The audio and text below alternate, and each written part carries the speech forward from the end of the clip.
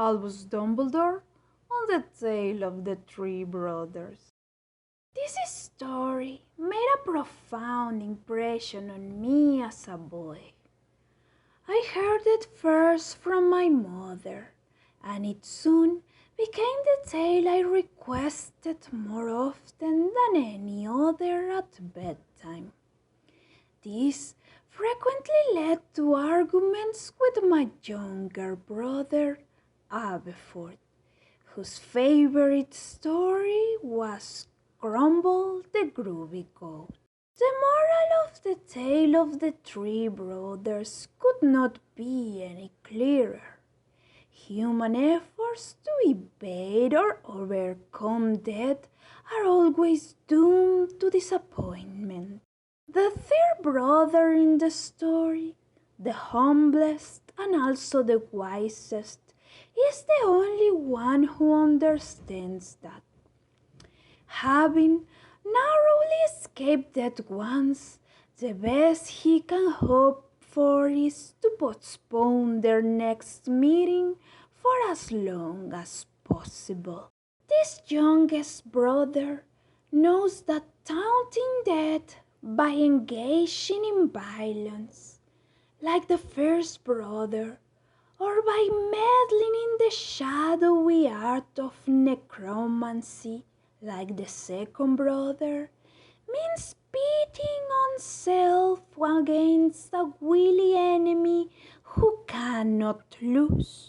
The irony is that a curious legend has grown up around this story, which precisely contradicts the message of the original. This legend holds that the gifts that gives to the brothers, an unbeatable wand, a stone that can bring back the dead, and an invisibility cloak that endures forever, are genuine objects that exist in the real world. The legend goes further. If any person becomes the rightful owner of all three, then he or she will become master of death, which has usually been understood to mean that they will be invulnerable, even immortal. We may smile a little sadly at what this tells us about human nature. The kindest interpretation would be hope springs eternal. In spite of the fact that, according to Beedle, two of the three objects are highly dangerous, in spite of the clear message that death comes for us all in the end, a tiny minority of the wizarding community persist in believing that Beedle was sending them a coded message, which is the exact reverse of the one set down in ink, and that they alone are clever enough to understand it. Their theory, or perhaps desperate hope might be a more accurate term, is supported by little actual evidence. True invisibility cloaks, though rare, exist in this world of ours. However, the story makes it clear that Death's cloak is of a uniquely durable nature. Through all the centuries that have intervened between Beedle's day and our own, nobody has ever claimed to have found Death's cloak. This is explained away by true believers thus: either the third brothers' descendants do not know where their cloak came from, or they know and are determined to show their ancestors' wisdom by not trumpeting the fact. Naturally enough, The stone has never been found either, as I have already noted in the commentary for Babbity Rabbity and her cackling stone. We remain incapable of raising the dead, and there is every reason to suppose that this will never happen. Vile substitutions have, of course, been attempted by dark wizards who have created Inferi, but these are ghastly puppets, not truly rewoken humans. What is more, Beedle's story is quite explicit about the fact that the second brother's lost love has not really returned from the dead. She has been sent by death to lure the second brother into death's clutches, and is therefore cold, remote, tantalizingly, but present and absent. This leaves us with a want, and here the obstinate believers in Beedle's hidden message have at least some historical evidence to back up their wild claims. For it is the case, whether because they like to glorify themselves or to intimidate possible attackers, or because they truly believed what they were saying, that wizards down the age have claimed to possess a wand more powerful than the ordinary, even an unbeatable wand. Some of these wizards have gone so far as to claim that their wand is made of elder, like the one supposedly made by death. Such wands have been given many names, among them the Wand of Destiny and the Death Stick. It is hardly surprising that all superstitions have grown up around our wands, which are, after all, our most important magical tools and weapons. Certain wands, and therefore their owners, are supposed to be incompatible. When his wand's oak and hers is holy, then to marry would be folly, or to detonate flaws in the owner's character. Rowan's gossips, chestnuts drones, ash is stubborn, hazel moans. And sure enough, within this category of improving sayings we find want of elder, never prosper. Whether because of the fact that death makes the fictional want out of elder in Beedle's story, or because power-hungry or violent wizards are persistently claimed that their own wands are made of elder, it is not a good that is much favored among wand makers.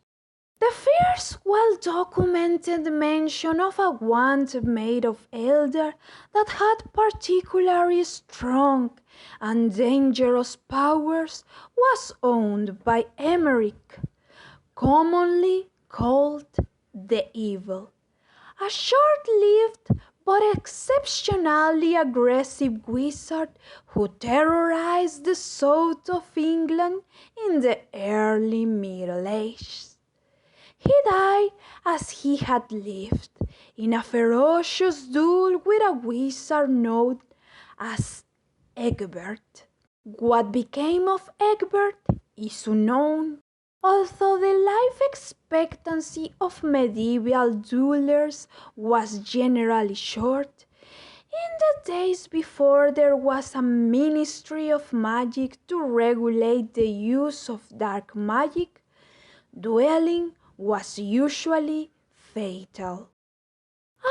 century later, another unpleasant character, this time named Godelot, advanced the study of dark magic by writing a collection of dangerous spells with the help of a wand he described in his notebook as my most wicked and subtle friend with body of Elhorn, who knows ways of magic most evil.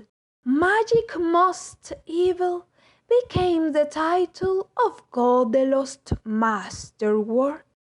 As can be seen, Godelot considered this one to be helpmeet, almost an instructor. Those who are knowledgeable about wand lore will agree that wands do indeed absorb the expertise of those who use them. Though this is an unpredictable and imperfect business, one must consider all kinds of additional factors, such as the relationship between the wand and the user, to understand how well it's likely to perform with any particular individual. Nevertheless, a hypothetical wand that had passed through the hands of many dark wizards would be likely to have, at the very least, a marked affinity for the most dangerous kinds of magic. Most witches and wizards prefer a wand that has chosen them to any kind of second-hand wand, precisely because the latter is likely to have learned habits from its previous owner that might not be compatible with the new user's style of magic. The general practice of burying or burning the wand with its owner once he or she has died also tends to prevent any individual wand learning from too many masters. Believers in the Elder Wand, however, hold that because of the way in which it has always passed elegance between its owners, the next master overcoming the first, usually by killing him. The Elder One has never been destroyed or buried, but has survived to accumulate wisdom, strength, and power far beyond the ordinary. Godelot is known to have perished in his own cellar, where he was locked by his mad son, Hereward. He must assume that Hereward took his father's wand, or the latter would have been able to escape. But what Hereward did with the wand after that we cannot be sure. All that is certain is that a wand called the Eldrun Wand by its owner, Barnabas de Beryl, appeared in the early 18th century, and that de Beryl used it to carve himself out a reputation as a fearsome warlock, until his reign of terror was ended by the equally notorious Loxias, who took the wand, rechristened it the Death Stick, and used it to lay waste to anyone who displeased him. It is difficult to trace the subsequent history of Loxias Juan, as many claim to have finished him off, including his own mother.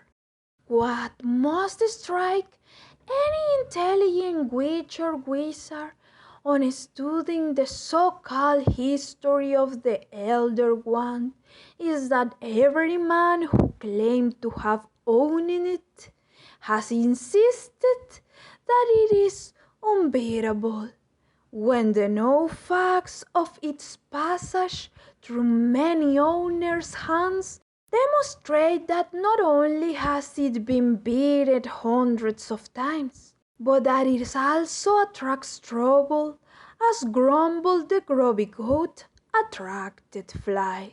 Ultimately, the quest for the Elder Wand merely supports an observation I have had occasion to make many times over the course of my long life, that humans have an knack of choosing precisely those things that are worst for them. But which of us would have shown the wisdom of the third brother, if offered the pigs of death's gifts? Wizards and muggles alike are imbued with a lust for power. How many would resist the want of destiny? Which human being, having lost someone they loved, could withstand the temptation of the resurrection stone? Even I, Albus Dumbledore, would find it easiest to refuse the invisibility cloak, which only goes to show that, clever as I am, I remain just a big fool as anyone else.